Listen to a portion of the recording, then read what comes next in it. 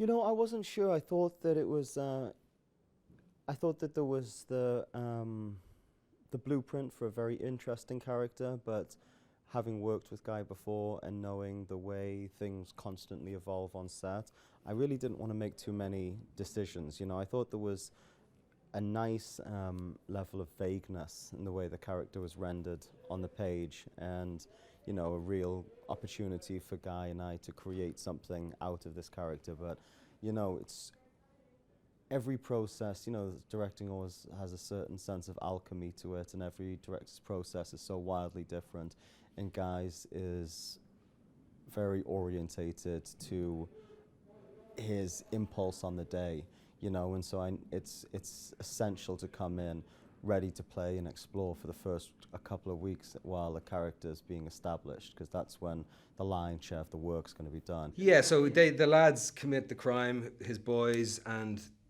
they're not very good at it, i.e. they post it on YouTube and not very clever, but it's found out who did it, and I fall on the sword. I take the bullet for them. I go and see Charlie's character Ray, and I have a word with him and say, you know, my boys don't know what they're doing, and avail of me as you will until the debt is paid, whatever the debt may be. So I'm pulled into this, this web of, as I said, nefarious actions and reactions, and therein lies the tale, at least my part of the tale. She runs her own business. She has her own garage. She's extremely independent. She comes from, you know, Guy and I like to think that she comes from wealth, but parents who are self-made. So by the time she was a teenager, she knew what it was to have money and nice clothes, and she isn't afraid to flaunt that. But she isn't just the trophy wife of a gangster, you know, which is quite refreshing to see one of these characters in a character like Rosalind in a film like this. When I say consigliere, she's, you know, similar to the relationship I have with my wife. I'll make the final call, the final decision, but I sure want to run it by her before I do that, because she sees some things from afar. She sees the big picture and sees who may be coming and sees where there might be a pitfall, possible pratfall down the line. She's got a really good view on that. I do as well, but she'll remind me of things. Rosalind will remind me of things. Well, look out for this, and look out for this, and look out for this, without sentiment. And she's a baller, you know. And she's running her own business down here in the garage. And so, you know, our relationship is it's a pretty rock and roll relationship. And yeah, she's my last person I go to check in with. And she's my confidant. If there's anybody I can really 100% trust, it's her. And then after that, it'd be Ray. But if there's anyone that I 100% put my trust in, it's actually the keenest cat of them all, which is Rosalind.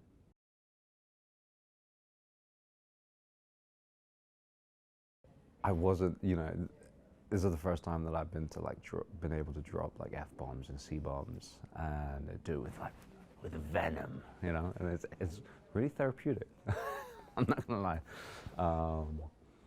And I think there's a couple by the canal, that time that we were filming the canal, where I turned around, I was like, oh, you. And guys like, Cut, you really enjoyed that, didn't you? I was like, a little too much. Yeah. It is closer to my roots than any other part that I've played in my career. So, you know, often I've been playing, you know, much more well-spoken characters like Lady Mary and or American. So for me, it's to play a part that is more of an East End character is something that I've wanted to do for a long time. So when this part came along, I was delighted. Coming into this world of these types of films, you know, is something that's quite different. And the costumes are amazing. I mean, you know, to get into these kind of clothes, you know, for me, it's, I love it.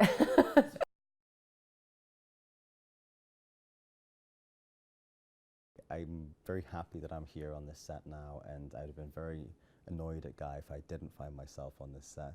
Because when I sat down and met Guy for the first time for King Arthur, I flew myself over to London from LA. I had a week off of work, and he didn't really want to meet me. And I said, well, listen, you know, we had a lot of people in common. I said, well, I want to meet you, so can we just have a cup of tea? And I'll fly over, and, you know, no harm, no foul. Even if you don't want me to audition, let me just come in and throw my name in, my hat in the ring. And so I came over, and we had a lovely time. We ended up sitting for 3 hours, and we didn't talk for 1 minute about King Arthur, but we talked for about 2.5 hours about the California marijuana business. And I realized now, when I read this script, that he was just doing research.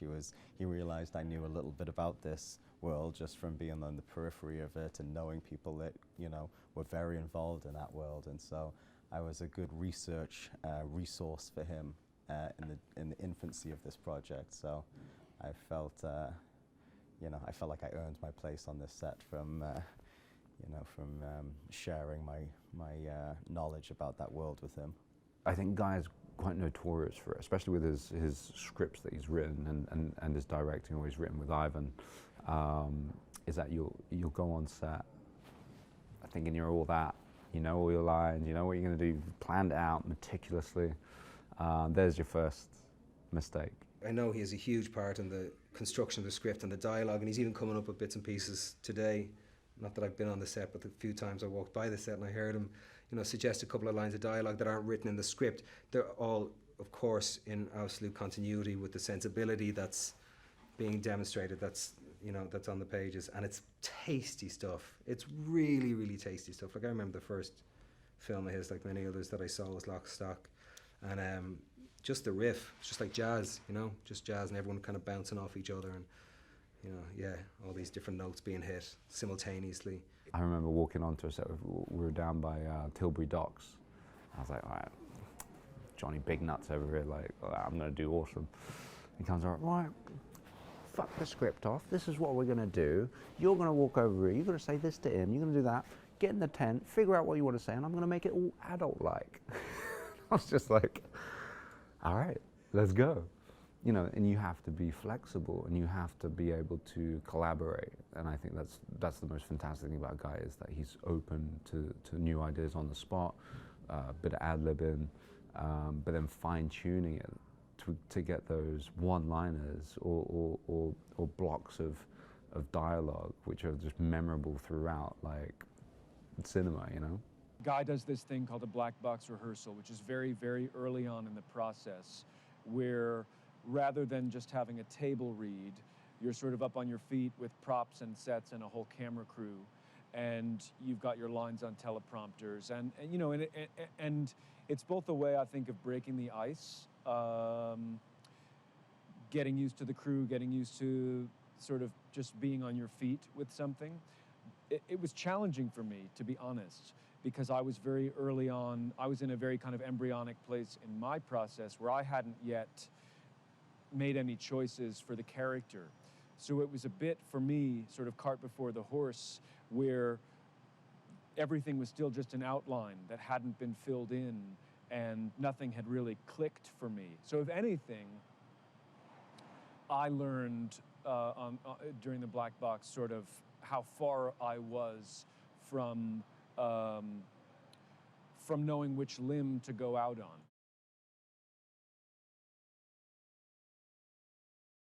I'm mainly taking Guy's lead. You know, if you know Guy well enough, yeah, he loves directing films, but not as much as he likes talking about food and fashion. Or food and clothing, excuse me, Guy. Not fashion, clothing. Yeah, well, I think all Guy's films are stylish in terms of the clothes. For me, I could have gone down the shabby raincoat, private investigator, tabloid guy route. And I did look at that, but I thought it would be more interesting to come at it sideways, and because my character is mad about films, and particularly sort of 1960s films, 1970s films, I thought that he might have based his wardrobe a bit on Francis Ford Coppola or Jean-Luc Godard or people like that, and that's the way I came into it. Now, his eye for detail and his specific likes and dislikes when it comes to clothing and fashion are very defined. And I've taken his lead because he's got some great ideas and he's got great style. Glasses are everything, and we found this pair that were kind of Ray-Bans but with slightly red tinted lenses, and then the whole oxblood theme started, and I'm wearing an oxblood jacket and oxblood little boots. I'm thoroughly repulsive. So part of this is, you know, Michael, I'm wearing a lot of what Guy's style is and would be, and I'm happy to be wearing it because I'm really wasn't as interested in it before I got here, but now I've become keenly interested in it. My wife's getting quite a giggle about me and like, what are you starting? You're really at home now, starting to just go out. We go to dinner. You're wearing that? Yeah. She goes, oh, geez, you're going to be hell when we get back home, aren't you? I said, yeah, I am.